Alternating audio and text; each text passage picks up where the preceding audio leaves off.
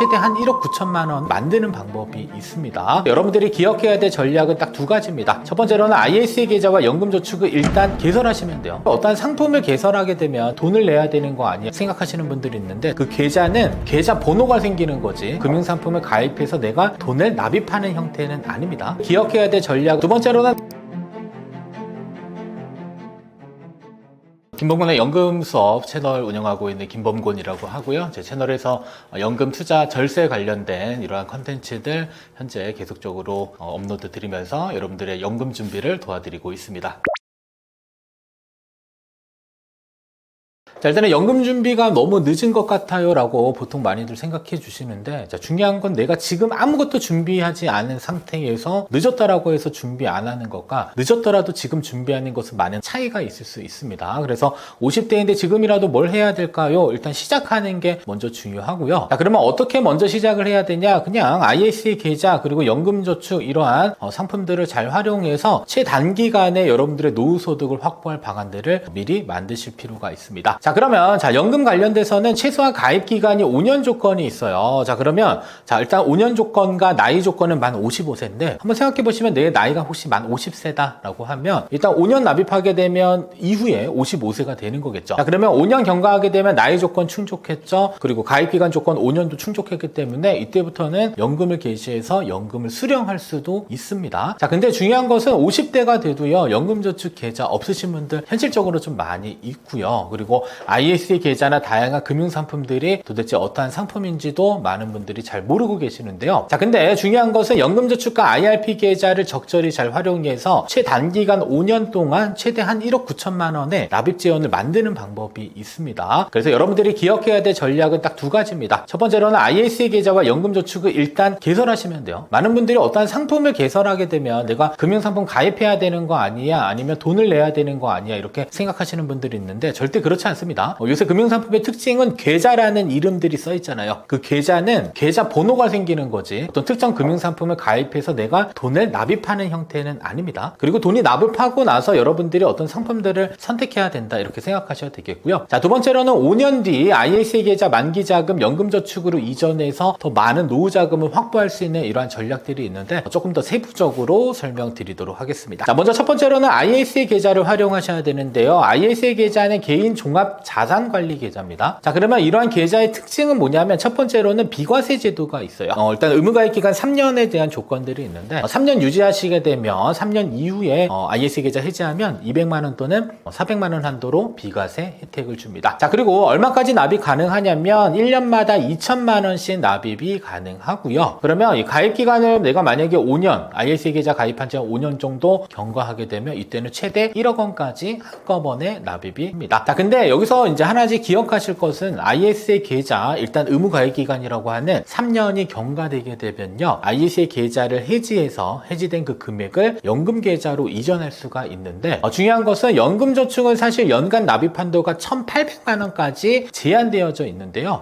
이제 특별한 해지 혜택이라고 볼 수 있는 것은 ISA 계좌의 만기 자금이 이전될 때는 그 납입 한도에 대한 제한을 풀어줍니다. 따라서 예를 들어 ISA 계좌에 2천만 원씩 만약에 3년을 납입하게 되면 납입 금액 기준으로 6천만 원이 되고요. 그리고 그 자금을 해지해서 6천만 원을 어디에 한꺼번에 옮길 수 있다? 연금 계좌로 옮길 수 있고, 자, 그리고 나서 연금저축 계좌로 들어온 돈을 가지고요, 나중에 연금 개시해서 연금화를 또 하면서 또 일정 부분의 연금 수령액도 확보할 수 있기 때문에 ISA 계좌와 연금 계좌를 잘 확보해서요, 여러분들 기본적으로 노후소득을 빨리 만드는 방안들을 만들어낼 수가 있습니다.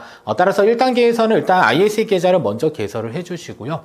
자, 두 번째로는 납입할 수 있는 최대 한도권 납입을 해주시는 게 좋습니다. 왜냐하면 나는 지금 노후소득을 확보해야 되는데 아무런 노후소득을 확보되지 않은 그러한 가정하에서는 최대한 ISA 계좌에 납입할 수 있는 만큼 납입하는 게 중요하다, 이렇게 먼저 체크해 주시면 되겠고요.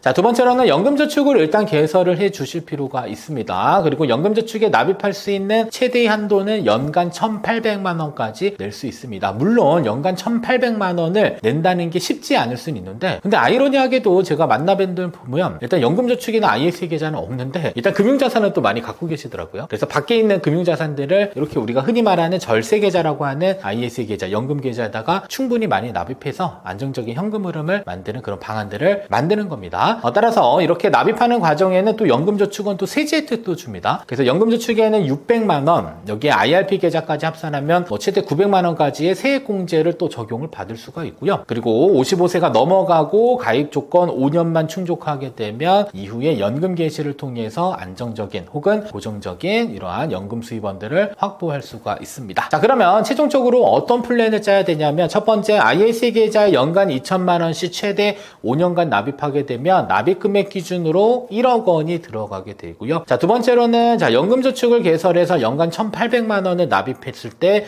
5년 경과되면 최대 9천만 원까지 납입을 할 수가 있습니다. 자, 그러면 ISA 계좌 1억 원까지 채운 다음에 ISA 계좌를 해지를 하세요. 그리고 나서 ISA 계좌의 1억 원에 대한 자금을 어디로 옮긴다? 연금저축으로 일단 이전을 해주시면 되겠고요. 자, 그리고 나서 ISA 계좌와 그 다음에 연금 계좌의 자금이 이제 한 대로 모였잖아요. 그 금액의 크기가 무려 1억 9천만 원입니다. 그래서 개인이 5년 동안에 가장 빨리 연금 계좌에 납입할 수 있는 조건 만드는 건 ISA 계좌와 연금 계좌를 적절히 잘 활용해서 최대한 옮길 수 있는 만큼의 자금을 나는 연금 계좌 쪽으로 몰아넣는 게 중요하고요. 자, 그리고 나서 연금 개시한 다음에 지속적으로 운용해서 고정적으로 현금 흐름을 만드는 게 실질적으로 연금 준비가 조금 늦었다라고 하더라도 내가 5년 동안에 가장 빨리 연금액을 확보할 수 있는 방법이 될 수 있으니까 여러분들 ISA 계좌와 연금저축, 아마도 이제 제도나 아니면 여러 가지 좀 세부적인 부분들 많이 잘 모르실 수 있는데 충분한 공부를 하시고 두 계좌를 적절히 활용했었을 때 가장 빨리 많은 노후 자금을 확보할 수 있음을 꼭 기억을 해주셔야 될 필요가 있습니다. 자, 그러면 이러한 전략들이 왜 중요하냐? 반드시 공적연금만으로는 우리가 필요한 만큼의 자금을 확보하는 데는 한계가 있기 때문에 사적연금을 잘 활용해야 될 필요가 있겠고요.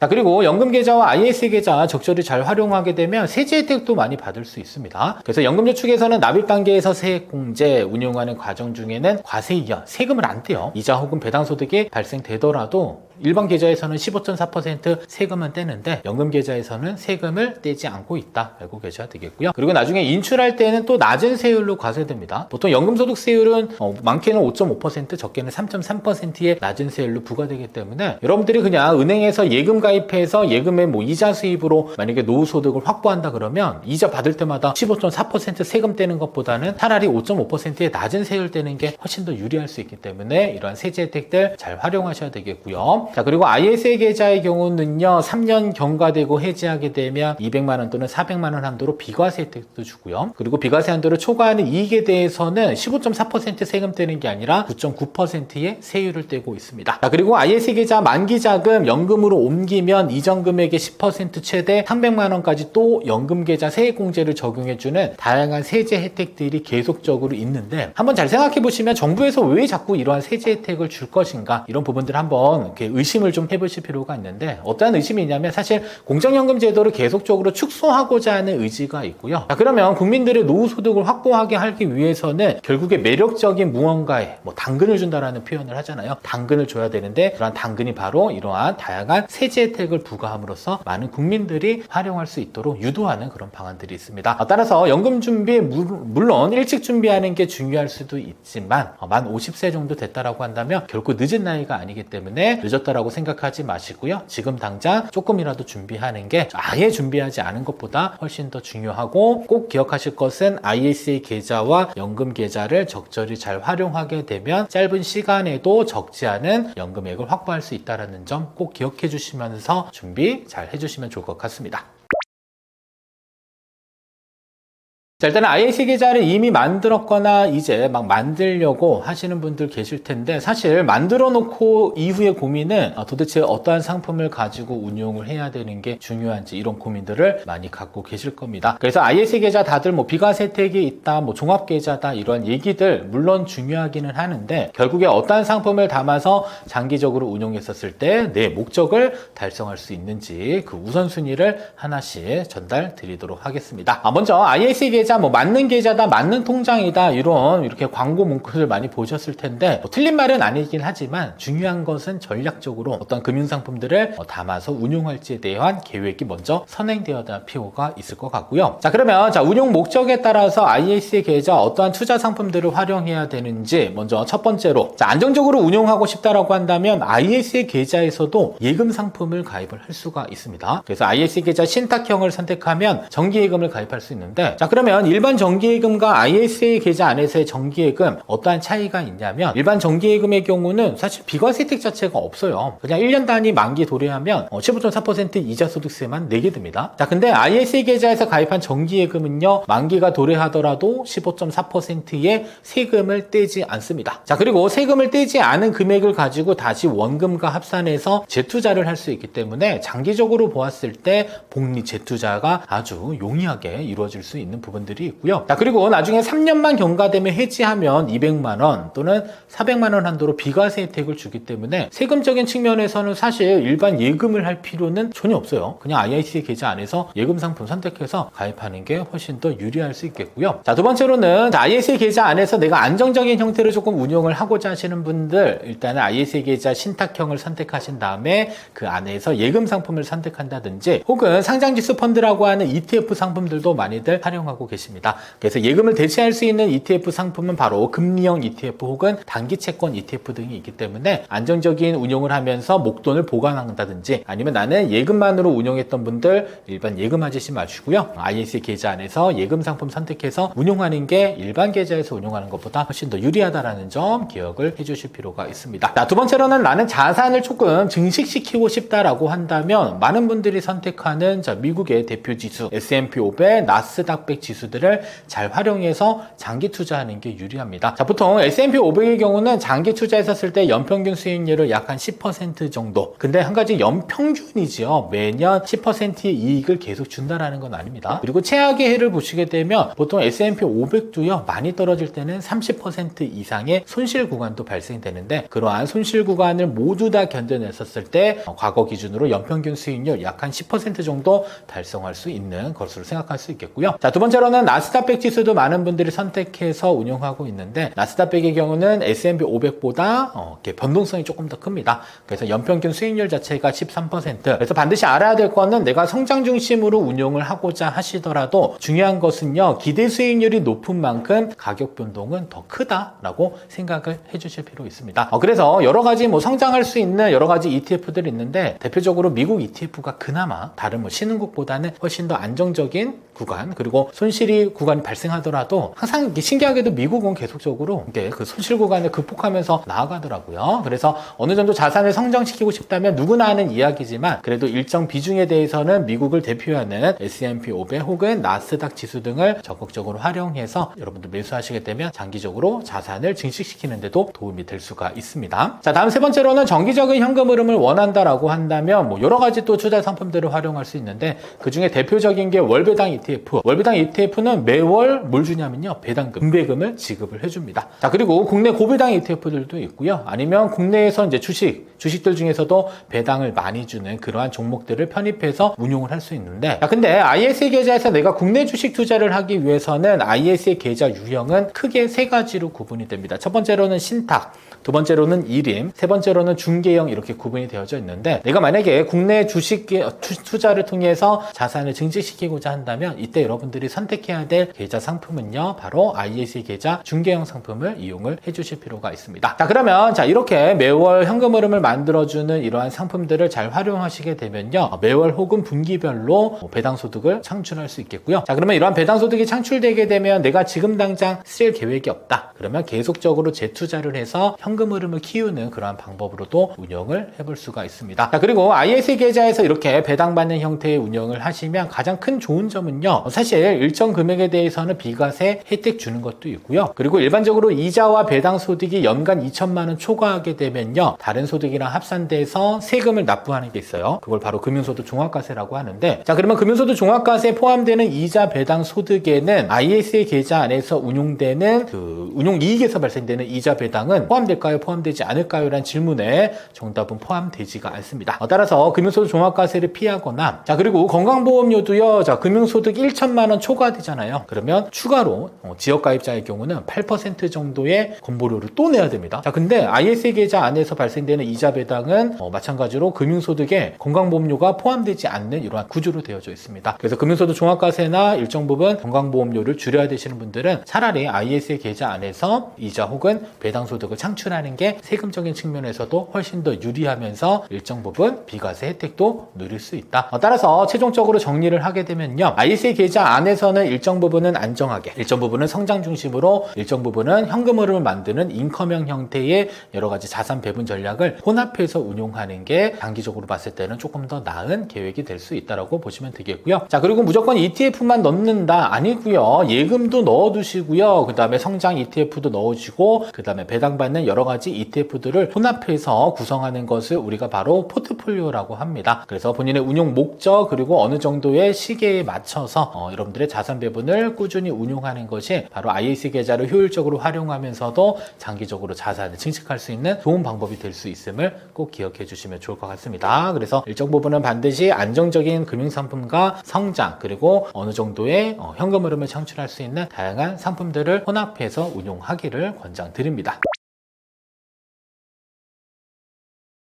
자, 일단 50대 시청자분들께 꼭 필요한 ISA 투자 전략에 대해서 한번 이야기를 해보면요. 자, 우선은 지금이라도 ISA 계좌를 시작하는 게 필요할까 필요하지 않을까 많은 분들 이야기해 주시는데, 일단 중요한 것은 ISA 계좌를 일단 개설하는 거에 대해서는 긍정적인 생각을 갖고 계시는 게 좋습니다. 다만 ISA 계좌를 장기적으로 어떻게 활용할지에 대한 일단 의사결정을 하나 내려주셔야 되는데, 첫 번째로는 나는 그냥 단기 자금을 가지고 운용할 목적을 가지고 있다라고 생각하시는 분들과, 아니다, ISA 계좌를 통해서 노후소득원을 일정 부분 더 창출할 목적이다라고 판단되시는 분들, 각각 가져가야 될 전략이 다릅니다. 자, 그러면 먼저 50대의 ISA 계좌 핵심 전략은요, 일단 투자 목적을 조금 명확히 하는 게 있습니다. 나는 단기 자금을 운용해서 비과세 혜택만 장기적으로 누리겠다라고 판단되시는 분들, 이런 분들은 일단 최소 3년 이상은 유지를 했었을 때 비과세 혜택을 받을 수가 있습니다. 자, 예를 들어서 내가 최초로 ISA 계좌를 가입하고 3년이 경과됐어요. 자, 그리고 나서 ISA 계좌를 해지를 합니다. 자, 그리고 나서 다시 ISA 계좌를 가입했을 때 이러한 세제 혜택은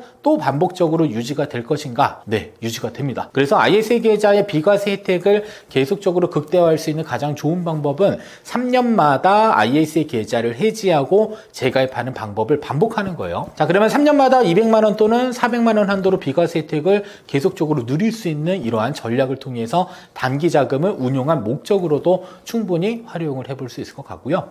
자, 그리고 내가 3년 이상 운용 가능하고요. 자, 그래서 ISA 계좌를 단기 자금 목적으로 운용할 계획을 갖고 계신 분들, 자, 이러한 분들은 어떠한 금융상품을 선택해서 운용해야 되는지 이런 것들이 중요합니다. 자, 그러면 단기 자금은 사실상 너무 위험한 곳에 투자하기에는 시간이 좀 다소 부족할 수 있습니다. 그래서 3년마다 비과세 혜택을 반복하고자 하시는 분들은 안정성 그리고 유동성을 최우선적으로 고려해야 되기 때문에, 이러한 분들께서는 일단 첫 번째로 정기예금을 선택해서 운용을 한다든지, 자, 머니마켓 펀드라고 해서 MMF 혹시 들어보신 분들도 있을 텐데, MMF는 단기 자금을 운용하는 형태로 이렇게 운용되고 있기 때문에 사실 원금 손실 가능성이 거의 없다라고 보시면 되겠고요. 그리고 단기 채권도 채권이 사실 안전자산이다라고 생각하시는 분들이 있기는 한데요. 채권은 만기가 있습니다. 만기가 길면 길수록 원금 손실 가능성은 계속적으로 늘어나고요. 그다음에 만기가 짧은 3년 미만 채권들의 경우에 한해서만 대체적으로 안정적인 운용이 가능하다라고 생각을 해주실 필요가 있습니다. 그래서 3년마다 단기적으로 여러분들 비과세 혜택을 반복적으로 얻고자 하시는 분들은 안정적인 운용 혹은 변동성이 낮은 이러한 금융상품들을 잘 활용해 주시는 게 좋을 것 같습니다. 자, 다음 두 번째 전략입니다. 자, 장기간 운용해서 내가 노후 대비용으로 만약에 활용하겠다라고 판단되시는 분들, 이때는 ISA 계좌와 연금저축 두 가지를 준비를 해야 될 필요가 있습니다. 그래서 내가 연금저축에 1,800만 원까지 납입할 수 있는 납입 재원은 확보되어져 있지만, 한번 곰곰이 생각해 보세요. 연금저축에 1,800만 원을 내가 5년 동안 납입하게 되면요, 일단 최대 9천만 원까지의 자금이 연금 계좌로 일단 확보는 되는데, 현실적으로 내가 9천만 원의 자금을 가지고요, 노후소득으로 만약에 사용한다라고 가정하면 사실 몇 년 안 돼서 이 노후소득 자체가 빨리 고갈될 가능성이 높습니다.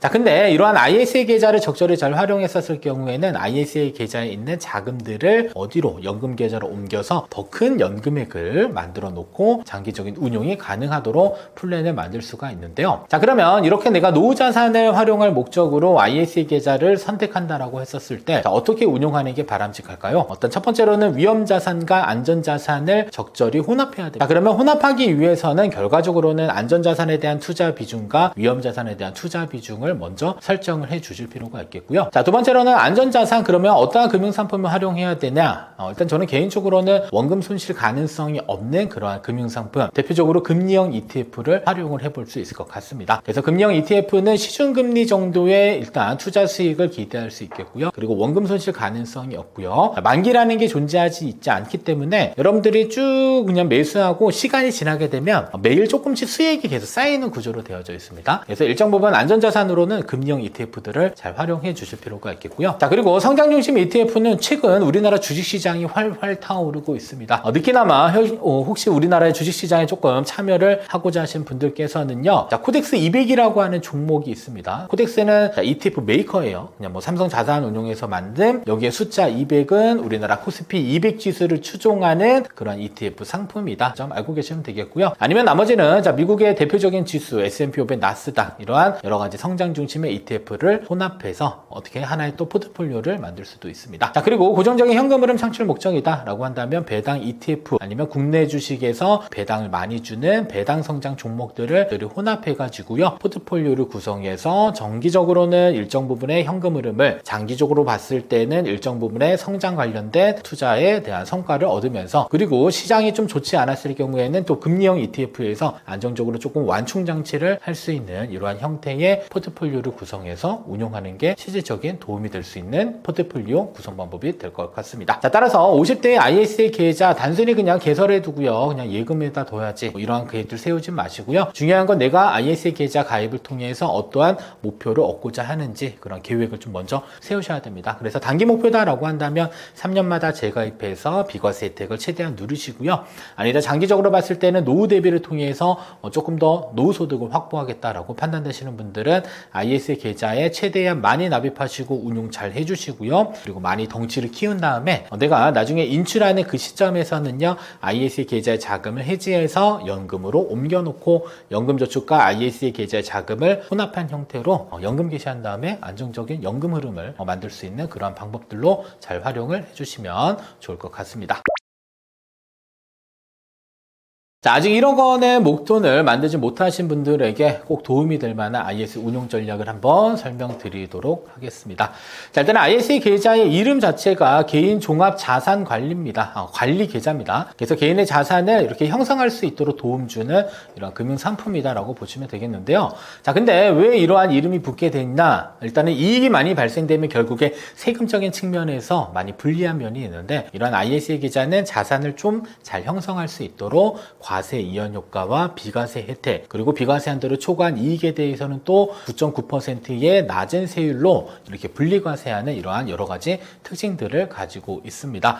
따라서 이러한 ISA 계좌 자산 형성 초기에 적극적으로 활용해서요, 여러분들이 뭐 투자 이익만 많이 내면 좋겠다라고 판단되시는 분들이 있는데, 뒷단에 가면 세금을 항상 고려해 주셔야 되겠고요. 그리고 장기적으로 운용했었을 경우에 뭐 운용 이익에 대한 비과세 혜택과 연금 제도와 결합해서 어느 정도 많은 연금 소득도 확보할 수 있는 여러 가지 방안들을 가지고 세제 혜택을 누릴 수 있기 때문에 자산 형성을 처음 시작하는 그러한 과정에 있어서는 ISA 계좌를 잘 활용해 주시는 게 중요합니다.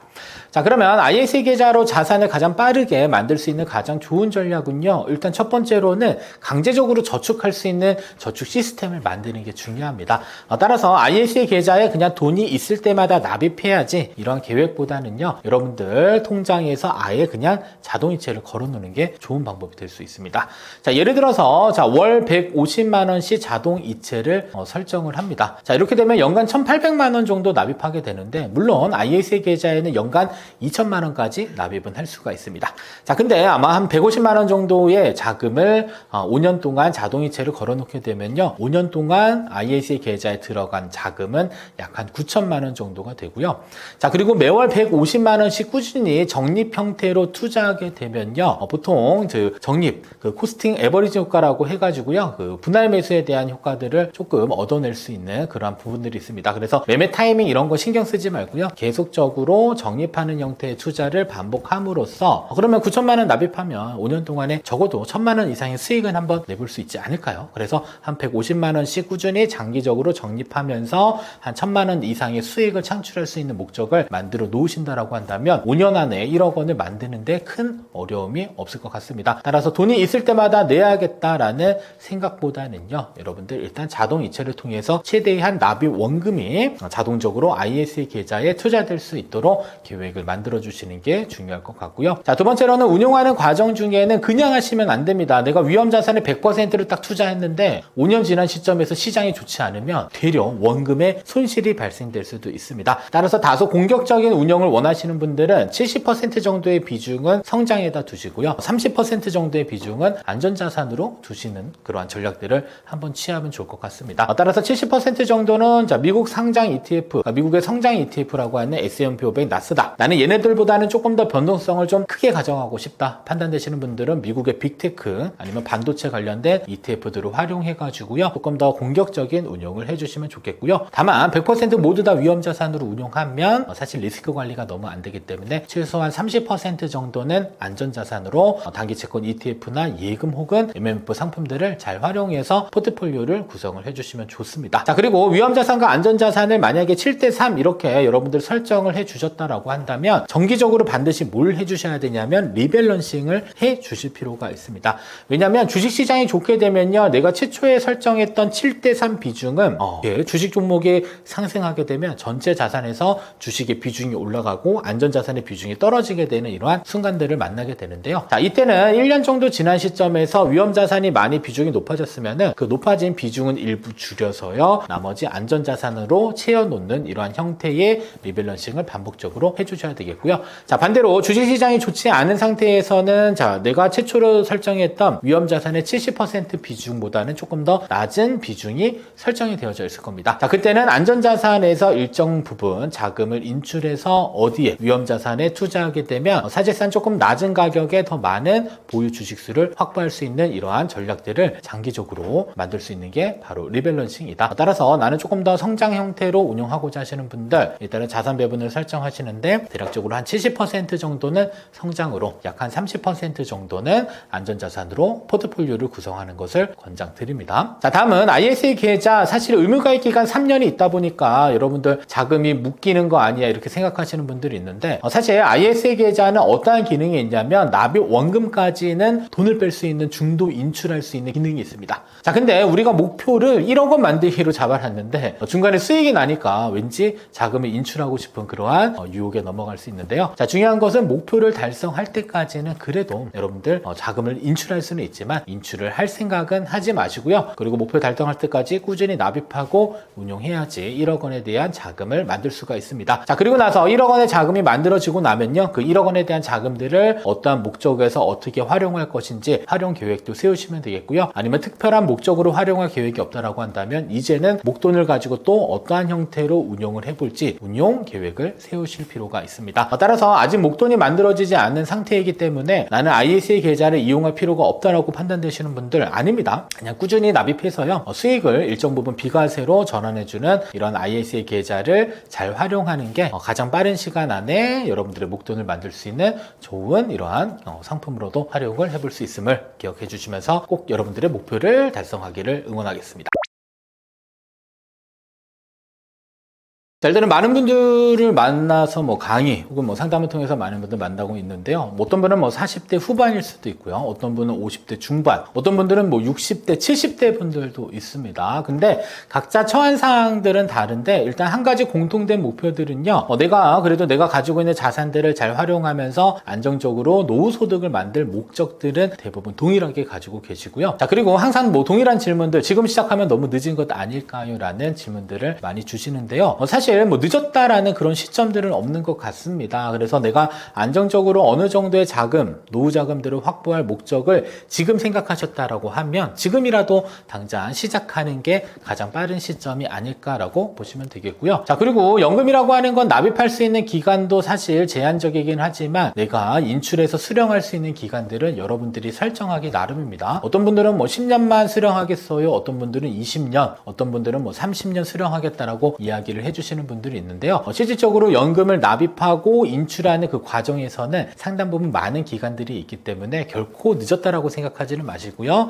생각하는 그 시점부터 차곡차곡 잘 준비하는 게 필요합니다. 따라서 이러한 연금 자산들 하루아침에 당연히 만들어지지는 않고요. 다만 여러분들이 납입하고자 하는 그러한 계획을 세웠다라고 한다면 내가 매년 얼마에 대한 자금을 납입하고 앞으로 어떻게 운용함으로써 장기적으로는 얼마의 금액을 인출할 것인지 그러한 납입과 운용과 인출에 대한 계획들을 잘 세우실 필요가 있겠고요. 그리고 지금 당장 목돈을 내가 마련하지 못했다라고 판단되시는 분들 그냥 ISA 계좌 연금저축을 잘 활용하고요. 그리고 투자함에 있어서 사실 위험자산에 100% 투자하는 게 장기적으로 봤을 때 수익이 좋았던 것은 사실입니다. 근데 한 가지 간과하지 마셔야 될 것들은요. 내가 돈을 인출해야 될 때 주식시장이 좋을 것인가 나쁠 것인가를 절대적으로 예측할 수 없는 부분들이기 때문에 다소 장기적으로 연금자산 확보할 목적이다라고 하면 보수적인 접근이 조금 필요합니다. 그래서 조금 지루할 수는 있지만 반드시 자산 배분 전략들을 잘 활용하시는 게 중요하다라는 점 기억하셔야 되겠고요. 자, 그리고 중요한 것은 일단 계획을 세웠으면 일단 실천하는 겁니다. 그래서 결심하셨다라고 한다면 일단 꾸준히 실천하는 것이 중요하고요. 그리고 소비 계획보다는 장기적으로 내가 자산을 형성해서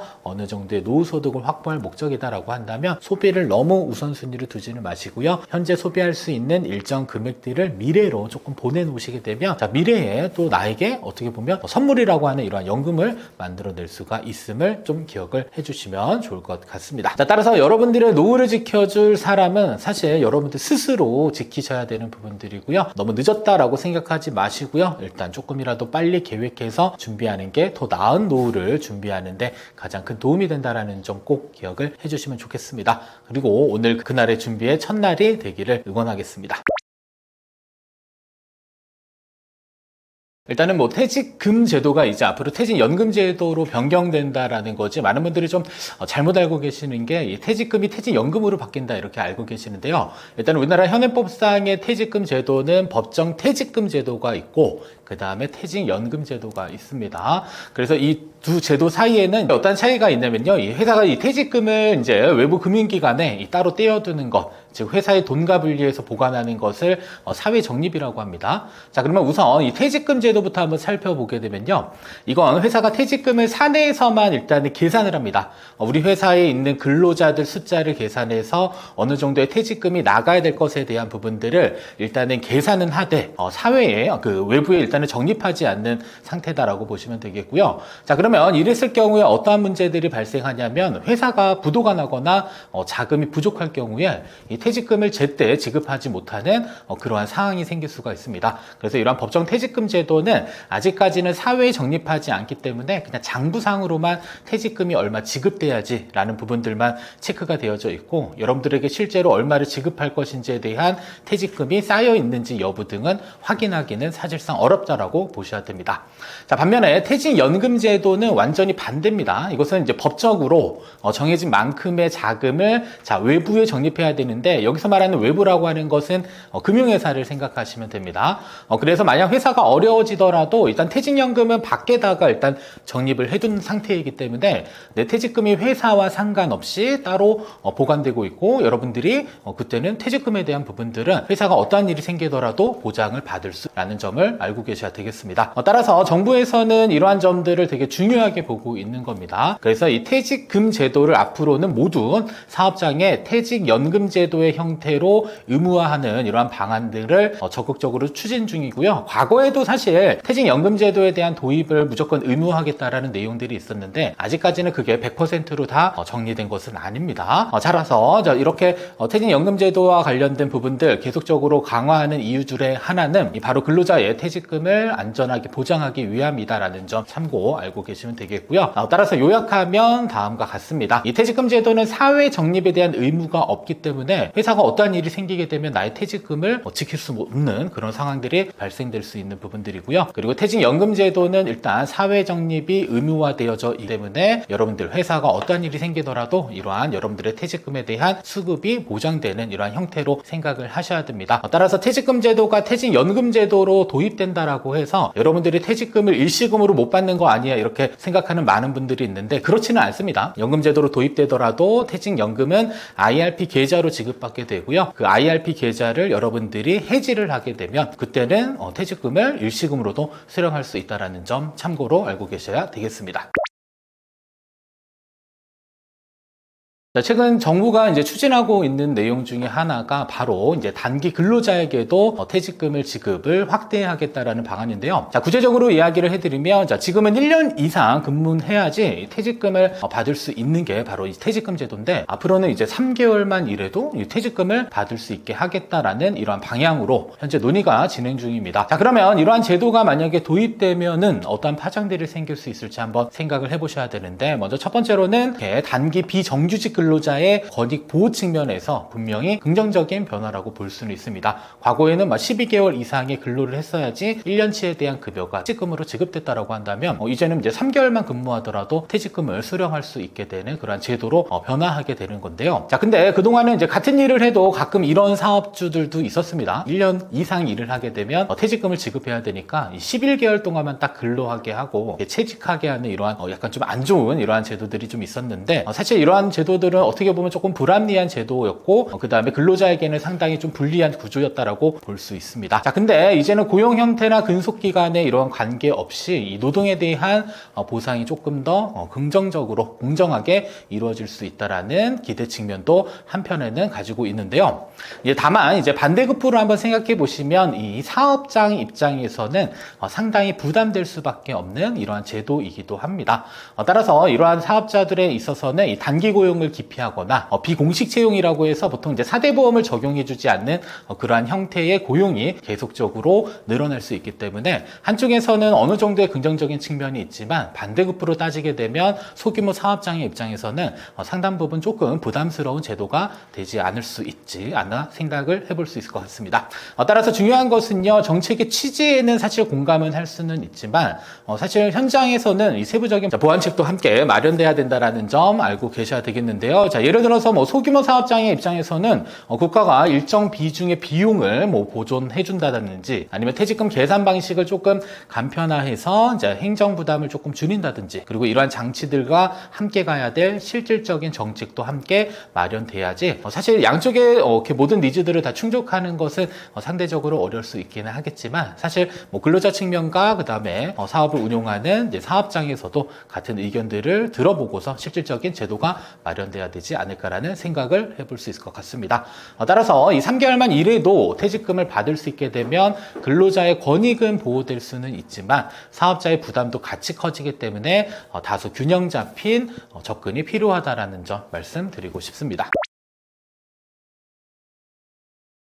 자, 우선은 퇴직연금제도라고 하면요, DB형은 이제 확정급여형, DC형은 확정기여형, 그리고 IRP라고 해서 개인형 퇴직연금 이렇게 세 가지로 구분이 됩니다. 아마도 이름이 좀 이렇게 생소하지만 이렇게 들어본 적은 있으실 수도 있고요. 그리고 이러한 제도들이 어떠한 의미를 가지고 있는지 많은 분들이 헷갈릴 수도 있을 것 같습니다. 그래서 이 세 가지에 대한 차이점과 운용 방식을 하나씩 설명드리면요.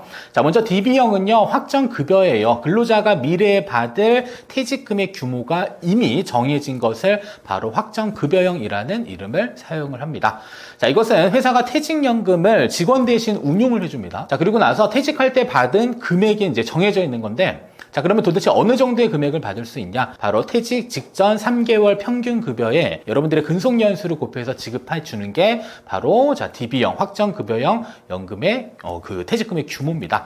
자, 그러면 쉽게 말하면 직원이 받을 퇴직금에 대한 부분들은 누가 운용을 하냐면 회사가 대신 운용하고요. 여러분들은 정해진 급여에 대한 부분들만 수령하면 되기 때문에 DB형에 있어서의 운용 책임은 회사, 사업주가 가지고 있는 그러한 제도이다라는 점을 참고로 알고 계시면 되겠고요. 그리고 과거 과거의 법정 퇴직금 제도가 바로 DB형 퇴직연금이다. 이런 점도 알고 계시면 되겠습니다. 자, 다음은 DC형입니다. 자, 확정 기여형인데, 자, 뭐가 확정되어져 있냐면 회사에서 기여해야 될 기여금이 확정된 연금을 바로 확정 기여형 퇴직연금이라고 합니다. 자, 이것은 자, 회사가 일정 금액을 개인이 설정한 DC형 계좌에 자금을 입금해 줍니다. 자, 그러면 어느 정도의 자금을 입금해 주냐면 자, 평균 급여의 12분의 1에, 그러니까 전체 연봉의 12분의 1이면 대략적으로 한 달치 급여를 여러분들이 설정한 DC형 계좌 안에 입금을 해주고요. 자, 그리고 나서 가만히 있는 것은 아니고 여러분들이 직접적으로 뭘 해야 된다? 퇴직금을 운용을 해야 됩니다. 따라서 미래의 퇴직금을 어느 정도 받을지에 대한 부분들은 사실상 운용 성과와 연동되어져 있고요. 운용에 대한 책임은 개인이 가지고 있다라고 알고 계셔야 됩니다. 따라서 투자를 조금 더 잘 하게 되면 더 많은 미래의 퇴직금을 받을 수 있게 되고요. 자, 만약에 내가 투자 성과가 좋지 않다라고 한다면 이때는 남들보다 적거나 혹여라도 손실이 발생된다라고 한다면 손실된 형태의 금액 자체가 여러분들의 퇴직급여로 확정되는 부분들이기 때문에 이러한 DC형 퇴직연금의 가장 큰 특징은 운용 책임에 따른 여러 가지 리스크들은 근로자 본인이 부담해야 되고요. 미래의 퇴직금에 대한 규모들은 여러분들이 어떻게 운용했는지에 따라서 달리 적용된다라는 점입니다. 자, 그리고 마지막은 IRP 개인형 퇴직연금입니다. 이거는 퇴직하신 분들이라면 반드시 한 번쯤은 꼭 들어볼 그러한 상품인데요. 보통 이제 퇴직금을 어디에다 지급받게 되냐면 IRP 계좌로 지급을 받게 되는 그러한 용도로 활용을 할 수가 있습니다. 따라서 개인형 퇴직연금, 퇴직금을 받을 용도로 활용하는 경우도 있고요. 자, 그리고 소득 활동만 하고 있다라고 한다면 개인이 스스로 IRP 계좌를 가입하고 또 운용도 할 수가 있습니다. 자, 예를 들어서 퇴직 이후에는 자, 이전된 퇴직금을 지급받을 목적으로 IRP 계좌를 활용하시는 분들도 있고요. 내가 경제활동을 한다라고 한다면 IRP 계좌에 일정 금액을 납입할 수 있는데 연간 납입할 수 있는 연 납입 한도는 1,800만 원까지 납입을 할 수 있고요. 그리고 납입한 금액에 대해서 약 한 900만 원 한도로 세액공제를 적용을 해줍니다. 그리고 자, 이름 자체가 퇴직연금이기 때문에 내가 추가로 개인적인 노후 준비를 할 수 있는 그러한 계좌 상품이다라고 보실 필요가 있습니다. 그러면 자, 정리를 한번 해보도록 하겠습니다. 자, DB형은 회사가 책임지고 운용을 합니다. 그리고 직원은 이 퇴직금이 확정되는 구조. 따라서 퇴직금의 확정은 여러분들의 퇴직 당시 3개월 평균 급여의 근속연수를 곱해서 지급하는 그러한 제도고요. 어떠한 분들이 선택했을 때 유리하냐면 계속적으로 임금 인상이 높은 이러한 분들이 DB형 퇴직연금을 선택했을 때 상대적으로 유리하다라고 볼 수 있겠고요. 자, DC형의 경우는 회사의 경우는 기여금이 일단은 정해져 있습니다. 그래서 어떠한 회사는 1년에 한 번씩 월급 정도를 입금해주는 회사도 있고요. 또 어떠한 회사는 또 매월 이렇게 적립을 해주는 회사들도 있는데 그거는 회사의 운용 체계에 따라서 좀 달리 적용되는 부분이고요. 그리고 입금된 금액에 대한 부분들을 여러분들이 직접 운용하면서 성과가 좋게 되면 미래에 지급받는 퇴직금 수준도 같이 올라가게 되는 그러한 형태의 퇴직연금 제도를 DC형 퇴직연금으로 보셔야 되겠습니다. 자, 그리고 IRP 계좌의 경우는요. 자, 개인이 자율적으로 운용할 수도 있고요. 아니면 퇴직금을 입금받는 용도로도 활용을 할 수가 있습니다. 그래서 퇴직금을 입금받고 여러분들이 연금의 형태로 수령하게 되면 발생되는 퇴직소득세의 일정 부분을 30% 또는 40%까지 감면해주는 그런 추가적인 세제 혜택도 있고요. 그리고 납입하는 과정에서 여러분들이 실질적인 자금을 부담했다라고 한다면 연간 900만 원 한도로 세액공제를 적용해주면서 운영하면서 발생되는 이익에 대한 부분들은 과세 이연 효과가 있습니다.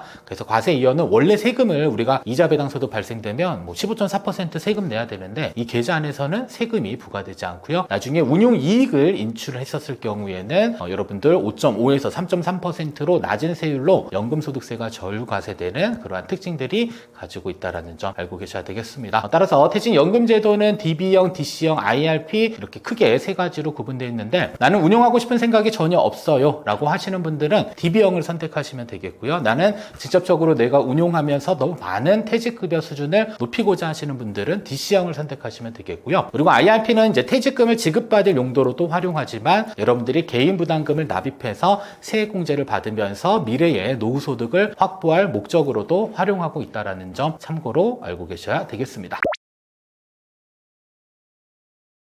퇴직연금을 가입했다라는 것은 여러분들이 직접적으로 어떠한 금융상품들을 선택해서 운용을 해야 되는데, 근데 많은 분들이 잘못 알고 계시는 것 중에 하나가 이거 그냥 놔두면 알아서 굴러가는지, 그리고 수익률을 조금 올리기 위해서는 또 어떠한 것들을 해야 되는지 많은 고민들을 가지고 있습니다. 그래서 이 퇴직연금 수익률을 높이기 위해서 이제 현실적으로는 뭐 TDF와 관련된 여러 가지 펀드 상품들을 활용하는 경우들도 있고요. 그리고 자산 배분 이러한 전략들을 취해서 여러분들이 직접적으로 운용을 해야 되는데, 그 두 가지 측면에서 같이 한번 살펴보도록 하겠습니다. 자, 먼저 첫 번째로는 퇴직연금, 결국에 투자를 하는 겁니다. 투자를 통해서 여러분들이 미래에 지급받는 급여의 수준을 높이면서 더 많은 연금액을 확보할 수 있는 것. 그래서 투자의 핵심은 바로 수익을 내는 것이고요. 자, 그리고 안정적으로 장기적인 수익을 내기 위해서 가장 필요한 것은 여러 가지 자산군을 혼합해서 운용하는 자산 배분이 필요한 것입니다. 자, 그러면 이러한 자산 배분이라고 하는 것은 위험자산, 일정 부분은 안전자산을 적절히 잘 믹스해서요, 장기적으로 운용하면서 일정 주기에 따라서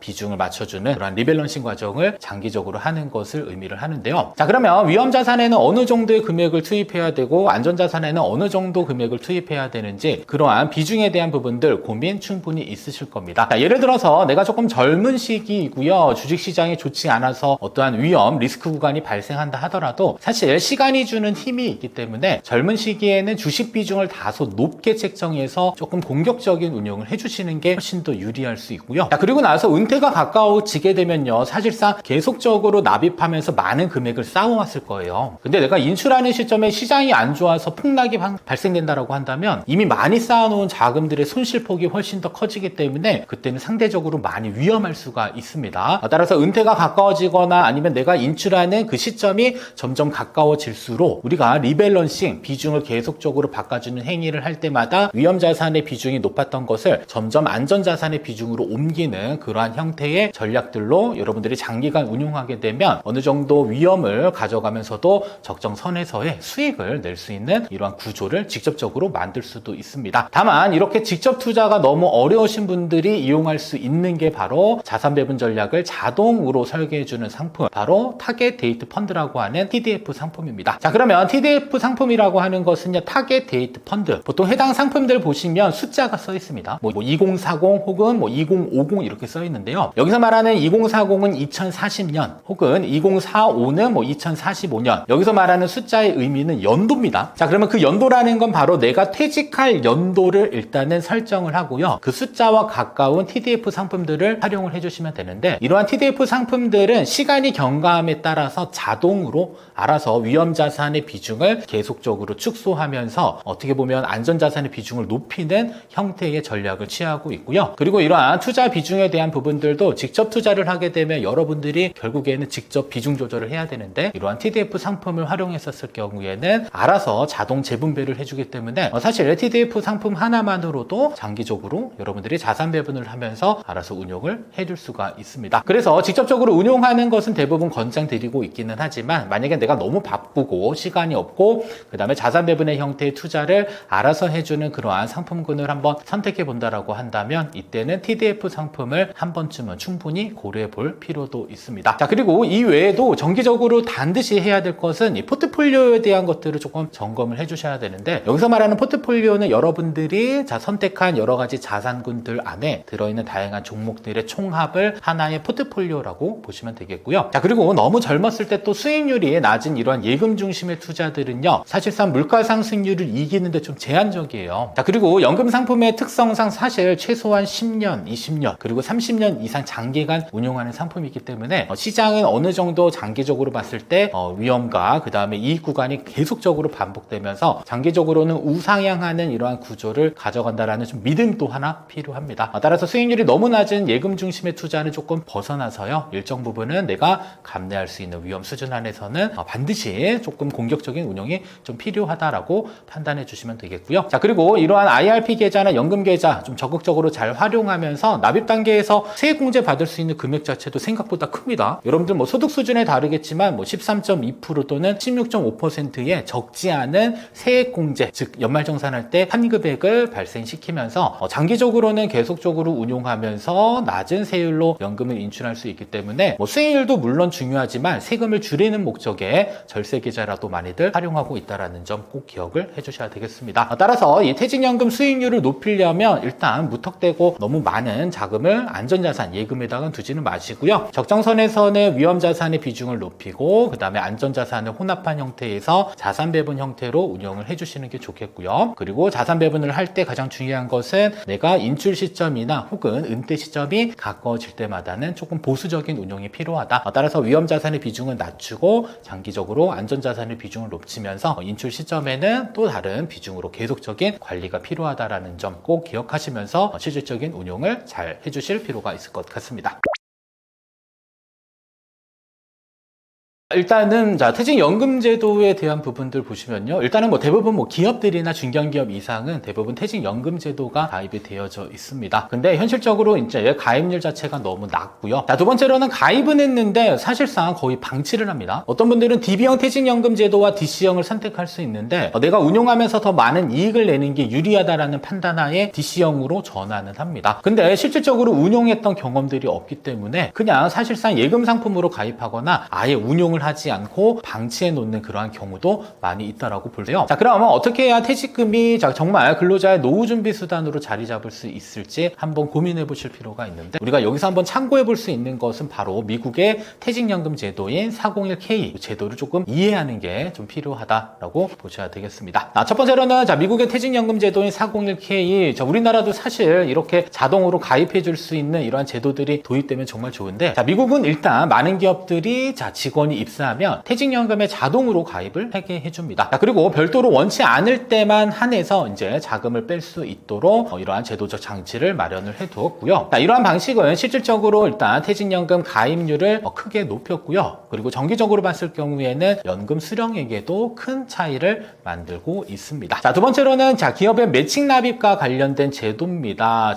미국의 401k 제도에서는 직원이 일정 금액을 납입하게 되면요, 회사가 좀 보존을 해주는 겁니다. 그래서 회사가 일정 비중에 추가적으로 납입해주는 구조가 일반적이기 때문에, 예를 들어서 직원이 약 한 5% 정도의 퇴직연금에 자금을 넣게 되면 회사가 추가적으로 3%까지 추가 납입을 해주는 이러한 방식이 기업의 매칭 납입 방식이다라고 보시면 되겠는데요. 이러한 제도가 계속적으로 활성화되면 근로자는 더 많은 금액을 뭐로 만들 수 있을까요? 연금으로 만들 수도 있고요. 그리고 회사는 복지 경쟁력을 높이는 효과를 얻으면서 그 다음에 우수한 그러한 근로자들의 인재를 놓치지 않는 그러한 제도로도 활용을 하고 있습니다. 세 번째로는 이 세제 혜택에 대한 실질화입니다. 한국도 사실 뭐 퇴직연금과 IRP에 세액공제를 주고 있는 그러한 제도가 있기는 하지만, 사실 많은 근로자들이 그 내용을 지적으로 이해하거나 체감하는 데는 사실 좀 어려운 것 같습니다. 그리고 저도 연금 채널을 운영하고 있지만 많은 분들의 질문 사항들을 보시게 되면 아직까지도 IRP 계좌가 무엇인지, 연금저축이 무엇인지, 어떻게 활용해야 되는지 사실 제도가 너무 복잡하고요. 그리고 세금 문제와 많이 얽혀있기 때문에 모든 것들을 근로자가 직접적으로 이해하는 데는 사실상 좀 한계가 좀 있습니다. 따라서 우리나라의 세제 혜택에 대한 구조들을 조금 더 단순화시키고요. 그리고 직관적으로 조금 개선해야 되고요. 그리고 연말정산할 때 도대체 내가 어떻게 해야지 또 세액공제를 적용받을 수 있는지 사실 많은 분들이 또 잘 모르고 계시더라고요. 따라서 연말정산을 하거나 이러한 세제 혜택을 줄 때는 자동 계산되거나 이렇게 시스템을 조금 고도화해 줄 필요가 있을 것 같습니다. 그리고 끝으로 이 퇴직연금 수익률을 좀 공시화하고 그 다음에 사업자들을 평가할 수 있는 제도들이 조금 필요한데요. 미국의 경우는 이 퇴직연금 운용사들의 성과를요, 투명하게 비교할 수 있도록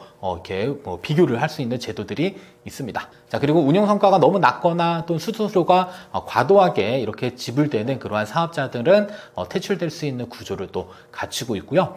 그리고 이러한 경쟁 구도가 계속적으로 생기게 되면 운용기관의 책임감, 그리고 당연히 기관 입장에서는 수익률을 관리하기 위한 여러 가지 방안들을 마련을 할 겁니다.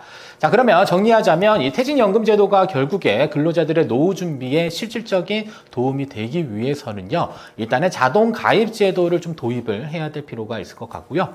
자, 그리고 기업도 근로자가 일정 부분 납입하게 되면 어느 정도 퇴직금을 조금 보존해주는 그러한 기업의 매칭 납입 제도가 좀 확대된다든지, 그리고 아직까지도 세제 혜택이 계속적으로 늘어나고 있기는 하지만 보통 10년 단위로 조금씩 세제 혜택이 늘어나는 것 같습니다. 그래서 세제 혜택을 조금 더 늘려주는 세제 혜택의 실질화, 그리고 성과 기반의 운용사를 직접적으로 평가함으로써 운용 성과가 좋지 않거나 수수료만 많이 수취하는 그러한 금융기관들은 좀 퇴출돼야 되는 이러한 부분들의 요소들을 반드시 보완했었을 때 우리가 퇴직연금 제도가 실질적인 근로자의 노후 준비에 도움되지 않을까라는 점 참고해 주시면 될 것 같습니다.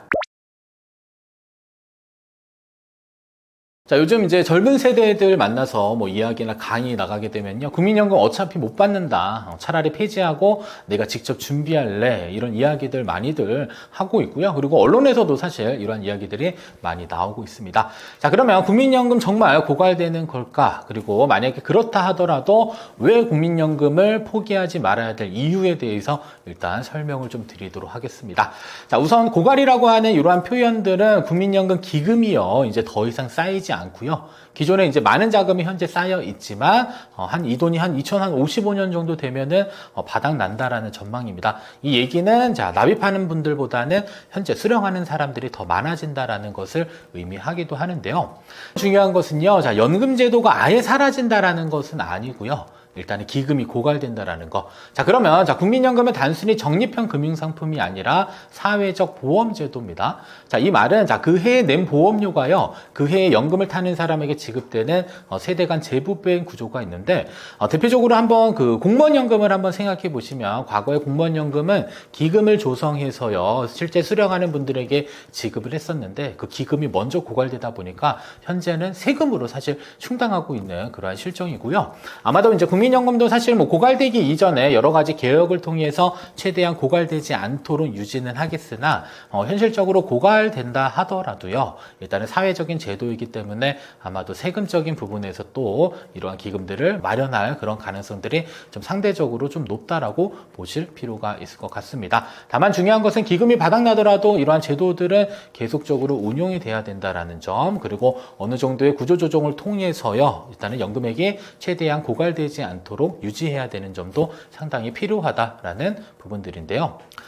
자, 그러면 그런데도 불구하고 2030 세대의 경우는 왜 불안할까? 이런 부분들에 있어서는 사실 너무나 다양합니다. 왜냐하면 우리는 앞으로 더 오래 살 거고요. 그리고 계속적으로 출산율은 낮아지고, 앞으로 앞으로 낼 보험료율은 계속적으로 올라갈 가능성이 이제 크기 때문인데요. 자, 근데 여기서 중요한 것은 바로 이겁니다. 그렇다고 이러한 공적연금제도 자체를 없애는 게 답일까? 그것은 아닌 것 같습니다. 첫 번째로는 일단 국민연금은 소득이 없을 때도 안정적으로 평생토록 지급되는 그러한 연금 상품입니다. 자, 근데 우리가 흔히 말하는 이러한 사적 연금 상품들은 어떻게 보면요, 내가 돈이 떨어지게 되면요, 거기까지만 연금을 지급하고 수령이 중단되는 그러한 상황에 놓이게 되는데요. 자, 근데 국민연금은 일단 종신토록 지급되는 이러한 특징들을 가지고 있기 때문에 죽을 때까지, 그리고 물가 상승률을 계속적으로 반영해서 지급하는 현재 우리나라에 가지고 있는 유일한 제도이다라는 점 기억하셔야 됩니다. 자, 그리고 국민연금은 사회보험 기능을 또 가지고 있습니다. 그래서 내가 만약에 생활을 하다가 장애를 입었을 경우에는 장애연금이 지급되고요. 자, 그리고 국민연금 수급자가 사망 시에는 또 남아있는 유족에게 또 유족연금을 내는 이러한 유족연금 제도도 도입되고 있습니다. 따라서 단순히 노후자산이다라는 생각보다는요, 위험을 대비할 수 있는 사회적인 안정망이다, 이런 부분들 꼭 기억해 주셔야 되겠고요. 그리고 민간에서 판매되는 이러한 사적연금보다는 사실상 공적연금의 제도 자체가 훨씬 더 튼튼하고 우리의 노후 소득을 확보하는 데 있어서 훨씬 더 중요하다, 이런 점들 알고 계셔야 되겠습니다. 다만 우리가 이제 국민연금을 떠받치고 있는 불만들 계속적으로 늘어날 수도 있지만요, 시간이 지나고 나서 실질적으로 수혜를 입게 되면요, 그때는 내가 그때 잘 유지했던 게 다행이구나 라는 그러한 생각들을 충분히 할 수 있게 될 것 같습니다. 자, 그리고 이거는 개인의 노후 문제이지만요, 사실 노후가 사람들이 빈곤하다라고 하면 이런 부분들도 나중에 사회적 문제로 대두될 수 있기 때문에 이러한 사회적 제도인 공적연금 제도 자체는 기금에 대한 문제는 있을 수는 있겠으나 폐지를 해서 내가 다른 금융상품에 가입해서 대신 운용하겠다라는 생각들은 다소 조금 위험한 생각이 될 수는 있습니다. 물론 자, 국민연금이 지금 이대로 계속 유지된다라는 것은 상대적으로 젊은 세대에게 많은 보험료를 부담하게 되고, 그 다음에 더 많은 비용을 계속적으로 발생시킬 수 있는 안 좋은 그런 구조로 계속 갈 수는 있지만, 그래도 보험료율을 계속적으로 조정한다든지 수급 개시 시기나 아니면 여러 가지 경제 상황이나 기대 여명들을 반영해서 자동 조정 장치를 도입한다든 등 이렇게 계속적인 제도를 보완하면서 지속 가능성을 높이는 개혁은 반드시 병행될 필요는 있을 것 같습니다. 하지만 제도 자체를 포기하게 되면요, 노후 준비는 결국에는요 자기 책임으로만 남게 됩니다. 그래서 내가 준비하지 않게 되면 아무런 노후를 내 대신 준비해 줄 수 있는 이러한 법정망들이 사라지기 때문에 시간 지나고 나면 아마 더 큰 불평등과 그다음에 불안만 낳게 되는 그러한 결과를 가져올 수가 있을 것 같습니다. 따라서 정리를 하자면, 자, 국민연금 기금은 시간이 지났을 때 고갈될 가능성들은 있지만 연금 제도 자체가 없어지는 것은 아니다라고 보시면 되겠고요. 그리고 아직까지도 전 세계적으로 공적연금을 지급하지 않은 사례는 없었습니다. 자, 그리고 지금 이러한 제도들을 더 건강하게 바꾸는 것이 사실 우리 세대가 해야 될 과제이기도 하고요. 그리고 국민연금은 단순히 저축하는 그러한 수단보다는요, 일정 부분 소득도 보장하면서 사회 안정망 그런 역할들 수행하고요. 그리고 위험을 보장하는 동시에 여러 가지 혜택을 주는 국가가 운영하는 유일한 평생 자산 시스템이다라는 점을 꼭 기억을 해주시면 좋을 것 같습니다. 자, 최근 뉴스 기사 보시면 국민연금 조기 수령한 사람이 100만 명을 넘었다라고 이야기를 하고 있습니다. 이유는 여러 가지가 있겠지만 사실 이렇게 불안한 시대에, 그리고 국민연금 어차피 나중에 못 받을 거 일찍 받는 게 더 유리하다. 아니면은 막 이런 것도 있어요. 내가 언제 죽을지 모르는데 몇 년이라도 일찍 받는 게 더 유리할 수 있다. 이러한 심리적인 이러한 요소들이 좀 작용된 것 같은데요. 하지만 정말 조기 수령이 무조건 유리한 걸까? 아니면 반대로 연기해서 늦게 받는 게 유리할까? 사실 이러한 기준점들 어떻게 내가 선택해야 되는지 하나씩 좀 정리해 드리도록 하겠습니다.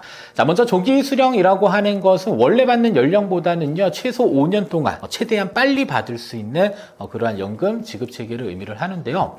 자, 근데 개인적으로는 정상적으로 수령했었을 때, 내가 65세라고 가정했을 때 내가 65세까지 생활하는 생활 자금에 대한 부분들이 사실상 부족함이 없다라고 판단되시는 분들은 사실 정상 수령하는 게 가장 적합하기는 합니다만, 근데 내가 국민연금은 만 65세에 받아야 되는데 현재 퇴직한 나이는 60세다라고 가정하면 중간에 뭐가 생기냐면요, 소득 공백이라는 게 생기게 됩니다. 그래서 이렇게 해서 발생되는 소득 공백에 대한 부분들을 내가 아직 준비하지 못했다라고 한다면, 그때 내가 선택할 수 있는 것은 어쩔 수 없이 조기 수령을 선택하는 게 더 나은 대안이 될 수가 있습니다. 따라서 더 많이 수령한다, 더 적게 수령한다, 이런 수치적인 계산보다는요, 현실에 맞춰서 내가 생활자금이 부족하면요, 당연히 생활자금을 확보할 목적으로 조기연금을 선택할 수 있는 부분들이기 때문에 이게 더 많이 수령한다, 적게 수령한다, 이런 것들 가지고 계산하지는 마시고요. 그때그때 상황에 맞춰서 여러분들이 준비를 해 주실 필요가 있습니다. 자, 그래서 조기연금의 장점이다라고 한다면 빠르게 연금을 확보할 수 있는 그러한 장점이 있고요. 그리고 당장 소득이 없거나 건강이 걱정될 경우에 일단 일찍 수령하는 게 유리할 수도 있습니다. 근데 많은 분들이 잘 모르는 것 중에 하나가, 조기연금 누구나 다 신청할 수 있을 것으로 생각하시는데 소득 기준이 있습니다. 그래서 기준소득 월에 A가 아마 현재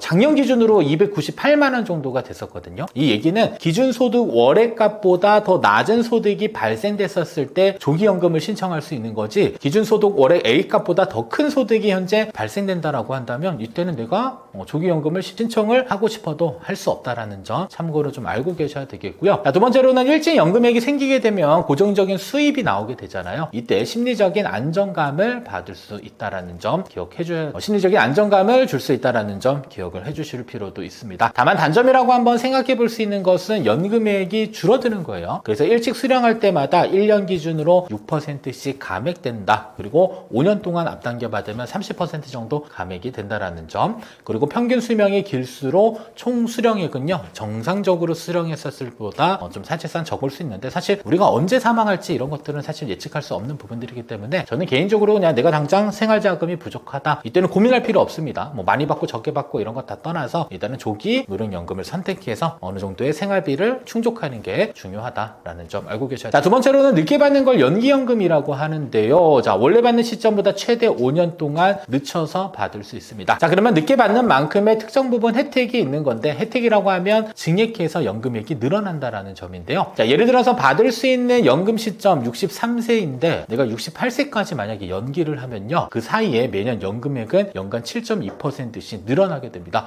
그래서 실제로 제가 만나분들 통해서 보시면 한 연금액이 한 250만 원 혹은 300만 원까지 되시는 분들이 있는데, 그런 분들의 특징은 대체적으로 연기 연금 제도를 활용해서 연금액을 많이 늘린 그러한 경우에 해당이 됩니다. 따라서 이러한 연기 연금을 잘 활용하게 되면요, 평생 받는 연금액이 크게 증가하게 되겠고요. 그리고 내가 장기 오래 생존했었을 경우에는 더 많은 연금액을 확보할 수 있는 그러한 장점도 있습니다. 자, 그리고 소득이 있었을 경우에는요, 사실 국민연금은 현재 감액 지급되는 그러한 또 제도적 특징이 있기 때문에 차라리 감액되느니 차라리 연금을 연기해서 나중에 더 많은 연금을 수령하고자 하시는 분들도 있기 때문에, 소득이 있는 경우에는 당장 국민연금을 감액시키는 것보다는 차라리 일정 기간 연기연금을 선택해서 미래에 수령하는 연금액을 늘리는 것도 어떻게 보면 한 가지 방법이 될 수는 있습니다. 다만 한 가지 단점이다라고 볼 수 있는 것은 지금 당장 현금 흐름을 만들어 낼 수는 없는 거죠. 왜냐하면 미래로 연금액을 좀 밀어놨기 때문에 지금 당장 연금 받는 데는 약간의 좀 한계가 있을 수는 있다라는 점. 그리고 65세 이상의 소득이 많지 않다라면 굳이 연금을 연기해서 이렇게 나중에 많은 금액을 받는 것보다는 지금 당장 수령하면서 어느 정도의 안정적인 소득원을 확보하는 게 더 나은 방법이 될 수도 있습니다. 자, 따라서 어떠한 연금 수령 방법을 선택해야 될까? 조기연금, 그 다음에 정상수령, 연기연금 여러 가지가 있는데 사실 정답은 없고요. 가장 중요한 것은 현재의 상황에 맞춰서 내가 돈이 조금 부족하다라고 하면 조기연금을 선택하시면 되겠고요. 아니다, 나는 내가 국민연금 받을 때까지 생활하는데 큰 무리가 없다라고 판단되시면 이때는 정상적으로 노령연금을 신청하시고요. 그리고 나는 소득활동에 계속적으로 종사하고 있기 때문에 공적연금 수령액이 줄어드는, 감액되는 그러한 분들께서는 일정 부분 연기연금을 선택해서 연금액을 조금 미뤘다가 나중에 증액된 연금액을 수령하는 그러한 방법들을 활용해 주시면 좋을 것 같습니다. 자, 요즘 이런 얘기 정말 많이 듣는데요. 자, 국민연금만으로는 이제 노후 소득이 부족하지 않는가? 차라리 개인연금이나 다른 자산을 더 준비해야 되는 거 아닌가요? 혹은 자, 국민연금 있으면 기초연금은 못 받는 거 아니에요? 이러한 질문들도 정말 많이 듣고 있습니다. 자, 그러면 이러한 질문들에 대해서 하나씩 일단 답변을 전달해 드리면요. 자, 우선은 국민연금만으로 노후 생활이 가능할까라는 부분, 일단 결론부터 말씀드리면 사실상 공적연금의 기본적인 도입 취지는요, 기본적인 생활을 유지할 수 있도록 도와주는 겁니다. 따라서 국민연금만으로 기초 생활 자체는 가능할 수는 있지만 우리가 사실 밥만 먹고 살 수는 없는 거잖아요. 그래서 풍족한 노후 생활을 하는 데 있어서는 상당 부분 조금 부족하다라고 보셔야 되겠고요. 그리고 2025년 기준에 국민연금 평균 수령액은요, 약 60만 원 정도 수준. 그리고 최대 수령자도 일단 정상적으로 수령했을 때는 230만 원이지만 연기연금 이런 거 신청하면 그 이상의 연금액도 지급받는 분들도 있습니다. 자, 그러면 평균적으로 생활비가 월 한 200만 원 정도 필요하다라고 가정했을 때 사실 국민연금 평균 수령액이 60만 원이다라고 한다면 턱없이 부족할 수밖에 없을 것 같습니다. 따라서 요새는 3층 연금 제도라고 해서요, 국민연금을 1층으로 넣고 최소 기본 생활비를 공적연금, 국민연금에서 확보를 하고요. 그리고 2층 연금이라고 해서 퇴직금은 일시금으로 사용하는 것보다는 IRP 계좌나 연금 계좌를 활용해서 연금으로 전환해서 일정 부분 연금 소득을 확보하는 2층 연금도 일단 준비를 해야 되겠고요. 자, 그리고 조금 더 여유로운 생활을 위해서 일정 부분 납입하는 과정 중에 세액공제 혜택도 받으면서 과세 이연 효과, 인출했을 때는 또 세금을 적게 떼는 이러한 사적연금인 개인연금을 조금 더 활용함으로써 이러한 3층 연금 체계를 먼저 확보하는 게 필요하다라는 점 참고로 기억을 해주셔야 됩니다. 자, 그리고 만 65세가 되면요, 기초연금 수령할 수 있는데요. 국민연금과 함께 받을 수 있을까요? 이런 질문들 많이들 주시는데, 자, 일단은 기초연금은 국민연금을 수령하면서도 같이 받을 수는 있습니다. 다만 한 가지, 자, 기초연금의 경우는 소득 구간에 따라서는 일단 기준이 있습니다. 그래서 그 기준을 초과하게 되면 사실상 기초연금을 수령하지 못하게 되는 그러한 구조가 만들어지기도 하는데요. 일단은 국민연금의 수급 조건을 잠깐 살펴보시게 되면 첫 첫 번째로는 일단 나이 기준으로는 만 65세 이상이어야 되겠고요. 그리고 두 번째로는 대한민국 국적 그리고 국내 거주, 이것을 거주자라고 합니다. 그래서 거주자에 한해서 기초연금 수급 자격이 생기게 됩니다. 자, 세 번째로는 소득 인정액이라고 해서요, 여러분들의 소득, 금융자산 그리고 부동산 자산들을 모두 다 소득으로 환산해서 소득 인정액을 계산을 합니다. 그래서 단독 가구는 월 228만 원 이하 소득 구간이다라고 하면 일정 부분 기초연금을 수급할 수 있게 돼 있고요. 자, 부부 가구의 경우도 364만 원 정도 이하 소득이 발생하게 되면 이때는 기초연금을 수령할 수 있는 이러한 조건을 충족했다라고 보시면 되겠습니다. 따라서 이러한 기초연금을 지급받는 기준은 사실 국민연금 수령 여부와는 관계는 없는데, 국민연금이 어디에 들어가냐면 기초연금을 산정하는 소득 인정액에 반영되기 때문에 사실 국민연금액이 높게 되면 반대로 소득 인정액 자체도 높아지게 되고, 그 기준을 초과했었을 경우에는 사실상 기초연금을 수령할 수 없게 되는 그러한 조건이 만들어지기도 합니다. 따라서 뭐 소득이 많아서 어쩔 수 없이 좀 기초연금을 못 받는 거는 좀 안타깝기는 하지만 그래도 제도적인 기준 자체가 있기 때문에 소득 인정액의 일정 금액을 초과했었을 경우에 한해서는 기초연금의 수급은 좀 어려운 이러한 현실을 조금 이해를 해주실 필요가 있을 것 같습니다. 따라서 국민연금 수령하더라도 소득 인정액이 기준금액 이하이다 라고 하면 기초연금은 추가적으로 지급받을 수 있다는 점 알고 계셔야 되겠고요. 자, 그리고 마찬가지로 국민연금에 많이 받게 되면 결국에는 소득 인정이 늘어나니까 기초연금의 일부가 감액되거나 아니면 수령을 하지 못하게 되는 그러한 상황들도 발생될 수 있다는 점 참고 기억하셔야 되겠습니다. 따라서 여러 가지 3층 연금 제도를 적절히 잘 활용하는 것들도 중요하고요. 그리고 어느 정도 확보가 되지 않더라도 만 65세가 넘어가게 되면 소득 인정액이 그 이하 소득이다라고 하면 이때는 기초연금을 가지고도 추가적으로 우리의 노후소득을 확보할 수 있는 이러한 제도적 장치가 마련되어져 있음을 잘 기억하시면서 잘 활용하셔야 되겠고요. 그리고 중요한 건 여러분들 직접 다 신청하셔야 되는 겁니다. 내가 만 65세가 됐다라고 해서 국가에서 알아서 내 소득을 산정해가지고 소득 인정액 평가에서 스스로 지급해 주는 게 아니에요. 항상 중요한 것은 여러분들이 직접 신청 나이가 되면 다 찾아서 주민센터나 아니면 여러분들의 지역 관할 그러한 공단에 가서요, 반드시 신청해야지 지급받을 수 있다는 점 꼭 기억을 해주실 필요가 있을 것 같습니다.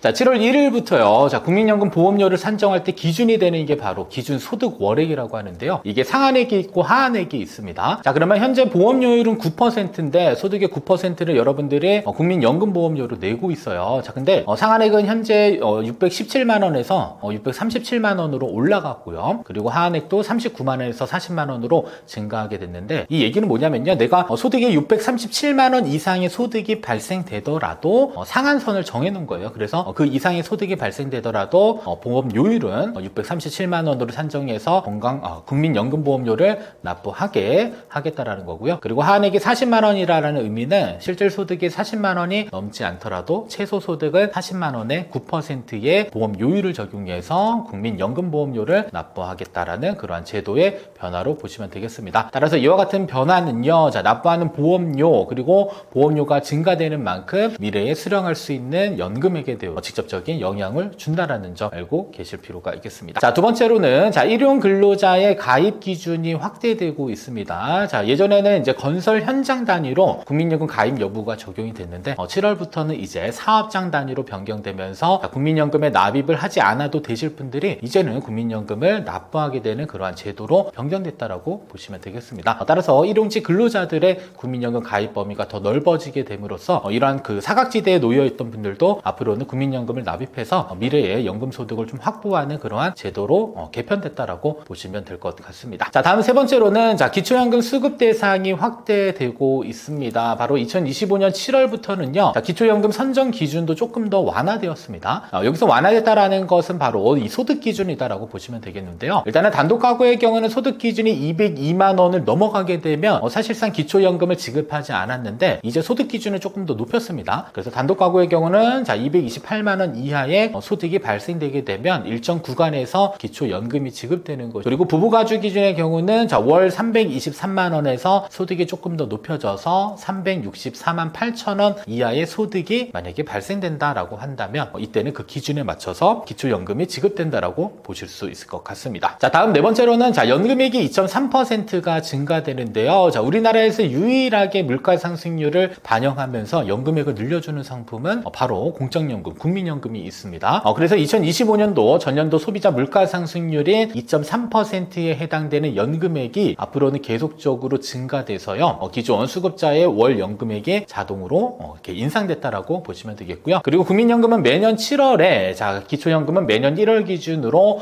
물가 상승률을 반영해서 정기적으로 연금액을 계속적으로 늘려주고 있는 이러한 제도를 시행을 하고 있습니다. 그리고 앞으로 이제 그 보험료율 인상 계획과 관련된 부분들 뉴스 많이 보셨을 텐데요. 현재는 우리가 납부하고 있는 국민연금의 경우는요 9%의 보험료율을 가지고 있습니다. 물론 회사 다니시는 분들은 회사에서 50%에 해당되는 비중을 납입을 해주고 있기 때문에 실질 부담은 4.5%가 되겠지만 직장 가입자가 아니신 분들께서는 현재 9%의 보험료율이 적용돼서 실질적인 보험료를 납부하고 계시는데요. 그러면 현재 9%인 보험료율은 2033년까지 한꺼번에 올리게 되면 너무 많은 부담이 되기 때문에 단계적으로 13%대까지 인상시킬 계획입니다. 따라서 2026년부터는 매년 0.5%씩 상승시켜가지고요. 2033년이 되면 이제 국민연금 보험료율은 9%에서 13%로 인상된다라고 보시면 되겠고요. 자, 그리고 소득대체율이라고 하는 것은 이 공적연금이 원래 사실 내가 재직기간 중에 발생되는 소득의 몇 %까지 충당해 줄 것인가에 대한 부분이었는데 원래 제도는 2028년도까지 40%로 줄이겠다라는 게 정부의 방침이었는데요. 자, 이번에 그 보험료율을 9%에서 13%로 올리면서 소득대체율은 내년부터 43%로 이제 상향 고정되기 때문에 실질적으로 공적연금이 여러분들의 기준 소득의 약 한 43%의 비중을 반영해주는 그러한 역할을 한다라고도 생각을 해주시면 될 것 같습니다. 따라서 내년도 2026년부터는 이제 0.5%씩 보험료율이 인상되기 때문에 실질적으로 납부해야 될 국민연금 보험료가 일반적으로 늘어난다라고 보시면 되겠고요. 2033년도에는 최종 13%가 되면 사실상 지금보다는 4%에 해당되는 금액의 국민연금을 조금 더 많이 납입해야 된다는 점도 여러분들 잘 참고로 알고 계셔야 되겠습니다. 자, 그러면 이러한 국민연금 개혁에서 가장 시급한 과제는요 바로 자동 조정 장치 이런 것들이 조금 도입되면 좋겠는데요. 사실 젊은 세대들에 대한 부담들이 상당히 좀 높은 편입니다. 왜냐하면 이 나이 든 세대들의 연금이 사실 어떻게 보면 적은 금액을 납입하고 그 이상의 자금을 계속적으로 현재 수령하고 있는 상태인데 근데 반대로 거기서 나오는 여러 가지 연금액들은 사실 현재 젊은 세대들이 부담하고 있는 그러한 실정입니다. 자, 그러면 이렇게 자동 조정 장치라고 하는 것은요 일단 사람들의 기대 수명 그리고 출생률 그리고 경제 성장 등 여러 가지 지표 변화에 따라서 이 자동으로 보험료율 그리고 연금 급여율을 조정하는 시스템이 조금 도입돼야 되는 이러한 부분들이 있는데 사실 더욱 중요한 것은 사회적인 합의가 먼저 선행되고 나서요 양쪽의 이해관계들이 항상 생기게 되더라고요. 그래서 그러한 이해관계들을 조금 더 축소하면서 현실적으로 이러한 공적연금에 대한 혜택을 많은 국민이 받을 수 있도록 계속적인 이러한 관심 혹은 제도에 대한 변경들이 필요하다라고 보시면 되겠고요. 그리고 이미 OECD 국가 38개국 중 24개국에서는 현재 이러한 자동 조정 장치가 현재 운영 중에 있고요. 한국에서도 계속적으로 연금 개혁 이야기들은 나오고는 있지만 사실 이렇게 조금 부담되는 그러한 정책이기도 하기 때문에 어떻게 보면 아직까지도 이제 앞으로 계속 고갈된다라는 그런 이슈들 그리고 계속적으로 해결해야 될 과제들이 많이 남아있는 형태인데요. 무조건 좋다 나쁘다라는 이런 관점보다는 어느 정도 사회적 협의가 이루어지면서 장기적으로 우리의 노후 소득을 확보할 수 있는 그러한 국민연금으로 계속적으로 좀 남기 위해서도 많은 관심들이 좀 필요하지 않을까라는 의견 전달드립니다.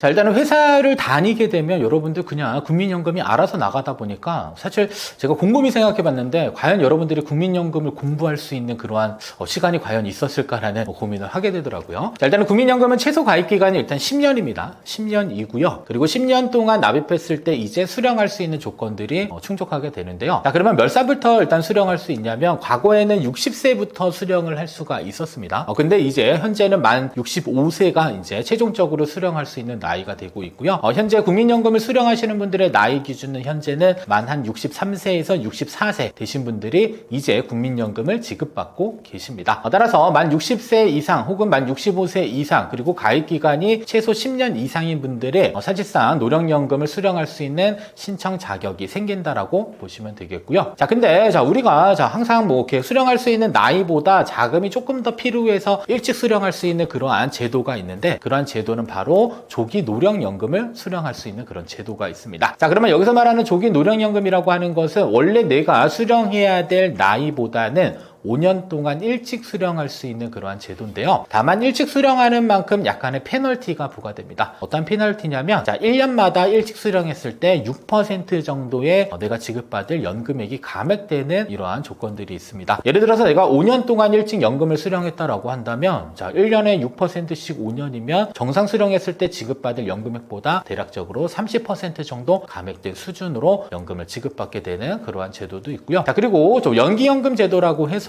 내가 국민연금 수령 나이가 됐음에도 불구하고 수령 나이를 늦추는 그러한 형태를 연기연금이라고 하는데요. 자, 연기연금은 뭐 페널티보다는 혜택이 주어집니다. 연간 7.2%의 연금액을 더 늘려주고요. 그리고 만약에 5년 동안 내가 최대한 연기했다라고 가정을 하게 되면요, 내가 실질적으로 수령해야 될 연금액의 36%가 증액돼서 지급되는 그러한 연기연금 제도도 도입되어져 있다라는 점 알고 계셔야 되겠습니다.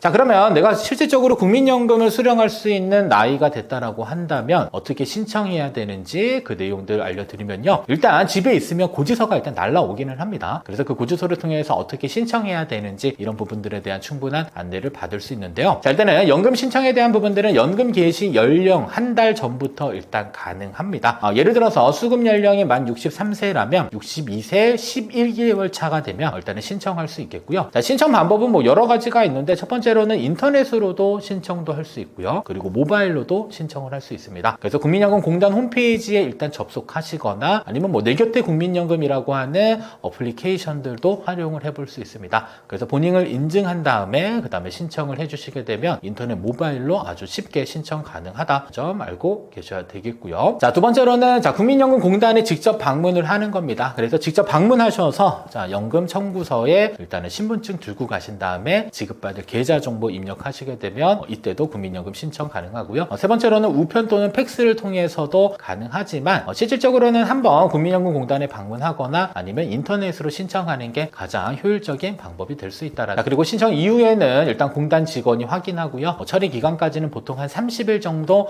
기간이 소요된다라고 하니까요. 이런 부분들도 참고해 주시면 되겠습니다. 자, 그리고 국민연금을 조금이라도 더 내가 많이 받기 위한 여러 가지 제도들이 있습니다. 먼저 첫 번째로는 뭐 출산 크레딧과 관련돼서 자녀를 2명 이상 출산하게 되면요, 가입 기간이 1명당 1년씩 추가되는 이러한 출산 크레딧 제도들도 있고요.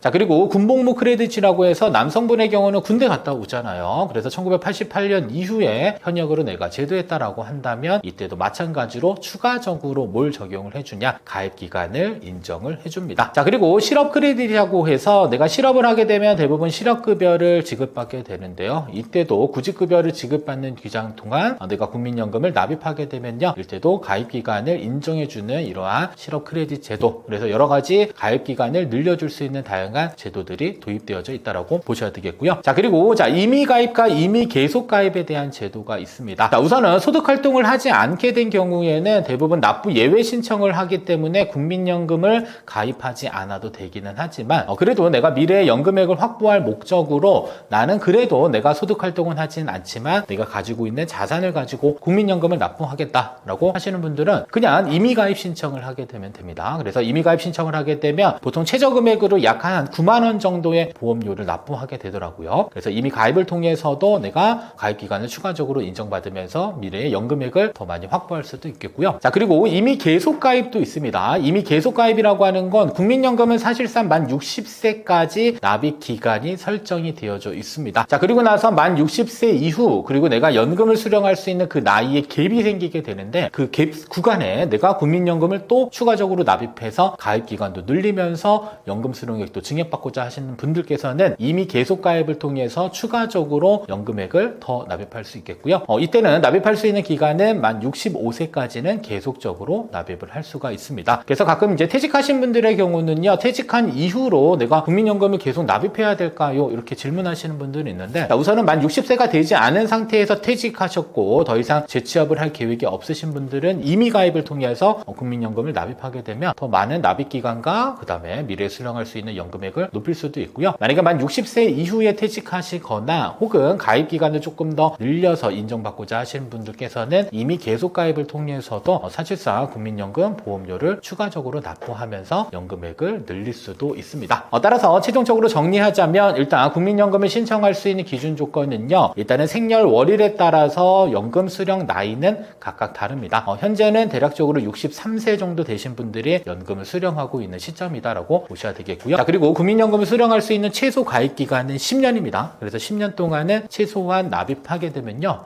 여러분들 국민연금을 동신토록 수령할 수 있고 매년 물가상승률만큼 늘려서 지급받을 수 있기 때문에 일단은 최소 가입기간 10년을 채워서 연금을 수령하는 게 가장 좋은 방법이 될 수 있겠고요. 자, 그리고 조기연금의 경우는 최대 5년 동안 앞당겨서 연금을 지급받을 수 있지만 매년 6% 정도가 감액 처리되는 이러한 단점이 하나 존재하고 있습니다. 그리고 연기연금의 경우는 5년의 기간 동안에 내가 연금 수령을 미룰 수 있지만 이때는 혜택이 하나 있는데 연간 7.2% 최대 36%의 연금액을 늘려서 지급을 받을 수도 있습니다. 자, 그리고 신청 시기의 경우는요, 연금 개시 연령 도달 1개월 전부터 신청이 가능하고요. 신청 방법은 여러분들 인터넷 혹은 공단에 방문해서 신청하실 수 있겠고요. 그리고 추가급여를 받을 수 있는 출산, 군복무, 그 다음에 실업 크레딧과 관련된 다양한 제도들도 있습니다. 그리고 추납부제도라고 해서 과거에 납부 예외 기간에 납입하지 못한 국민연금을 한꺼번에 납입함으로써 또 가입 기간을 인정해 줄 수 있는 그러한 제도도 있기 때문에 만약에 내가 국민연금 예상 수령액이 너무 낮다라고 판단되시는 분들 한번 조회해 보시면 됩니다. 그래서 추납부 제도를 활용해서 내가 과거에 납입하지 않았던 그 기간에 대한 보험료를 납입하게 되면 추가적으로 가입 기간 인정되고요. 그리고 목돈을 한꺼번에 냈었을 때 조금 부담스러울 수 있잖아요. 그때는 60개월 동안 또 분할 납부도 가능하고요. 다만 인정될 수 있는 기간은 119개월까지만 가능합니다. 그래서 추납부를 하기 위해서도 일단은 최소한 국민연금 가입 기간은 인정되어져 있어야 되겠고요. 그리고 국민연금을 현재 납부하지 않고 있다라고 하면 임의 가입을 통해서 자격을 회복하고 그리고 추후 납부할 수 있는 자금이 어느 정도 있는지는 공단에 한번 전화해서 문의하시게 되면 여러분들이 어느 정도의 자금을 납입할 수 있고 가입 기간이 늘어나면서 예상 수령액은 또 얼마나 늘어나는지 이런 부분들도 조회할 수 있으니까 잘 확인해 주실 필요가 있겠고요. 자, 그리고 나는 국민연금을 가입할 필요가 없는데도 불구하고 가입해서 최소한의 기본 연금액을 확보하시겠다라고 판단되시는 대표적으로 전업주부를 한번 생각해 볼 수 있겠는데요. 소득 활동을 하지 않은 전업주부께서는 임의 가입을 통해서 국민연금 자격을 회복한 다음에 최소한의 연금보험료만 10년 납입하시게 되면 이후에 기본적인 연금액도 확보할 수 있겠고요. 그리고 이미 계속 가입이라고 해서 만 60세가 초과하신 분들께서도 국민연금 수령하기 직전까지는 내가 국민연금을 추가적으로 납입해서 더 많은 연금액을 혹은 가입 기간을 인정받을 수 있는 이러한 다양한 제도들을 잘 확인하셔서 일단은 우리가 보통 연금제도 하면 3층 연금제도 많이들 이야기하는데요.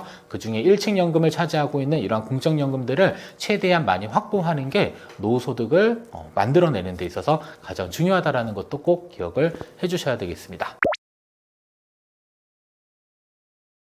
자, 유튜브에 일단 많은 내용들, 영상들 많이 올라와져 있는데요. 사실 유튜브 영상의 유일한 단점은 정리가 잘 되지 않는답니다. 따라서 많은 내용들 정리하는데 좀 상당 부분 좀 어려운 부분들도 좀 존재하고 있고요. 다만 여러분들이 절세계좌 활용하는 방법들, 운용 전략, 이런 부분들에 대해서 조금 더 자세한 학습이 필요하다라고 한다면 제가 현재 2권의 책을 이렇게 출판을 했습니다. 그래서 첫 번째 책은 김봉곤의 월 300만 원 평생연금 만드는 방법에 대한 내용들이 포함되어져 있는 그 책을 한번 살펴보시거나, 자, 두 번째로는 만 55세 전 연금을 키워라. 이 책에는 실질적으로 연금 상담을 통해서 여러분들의 실질적인 사례가 담겨져 있습니다. 그래서 이 두 권의 책들을 적절히 잘 한번 읽어보시게 되면 여러분들이 그동안에 둥둥 떠다녔던 여러 가지 연금 지식과 운용하는 방안에 대한 부분들을 한번 조금 더 자세히 정리할 수 있음을 기억해 주시면 되겠고요. 책과 관련된 구매 관련돼서는 댓글창에다 링크를 남겨놨으니까 살펴보시면 되겠고요. 자, 그리고 많은 분들이 은퇴 준비는 하고 하고 있는데 내가 제대로 된 은퇴를 도대체 준비를 잘 하고 있는 것인지 궁금할 것 같아서요. 저희 회사와 그다음에 특별히 떠먹여주는 TV 구독자분들을 위해서 연금 점검 이벤트를 하나 준비를 했습니다. 그래서 내 연금 이대로 괜찮을지 혹시 점검이 필요하신 분들께서는 영상 댓글에 신청 링크 남겨드렸으니까요. 신청해 주시면 좋을 것 같고요. 그리고 특별히 비용 없이 일단 진행되고 있고 선착순 50분에게만 현재 혜택을 드리고 있습니다. 자, 그리고 앞으로도 뭐 지속적으로 연금과 관련된 절세 관련된 여러 가지 금융 정보들 제 유튜브 채널 김봉곤의 연금 수업 채널에서도 지속적으로 전달드리고 있으니까요. 제 채널도 한번 방문해 주시고 구독해 주시고 그 다음에 좋아요 많이 눌러주시면 좋을 것 같습니다. 앞으로도 여러분들에게 꾸준히 연금과 관련된 준비들 조금이라도 효율적으로 하면서 도움 드릴 수 있는 많은 영상 제작해서 여러분들에게 도움 드리도록 하겠습니다. 감사합니다.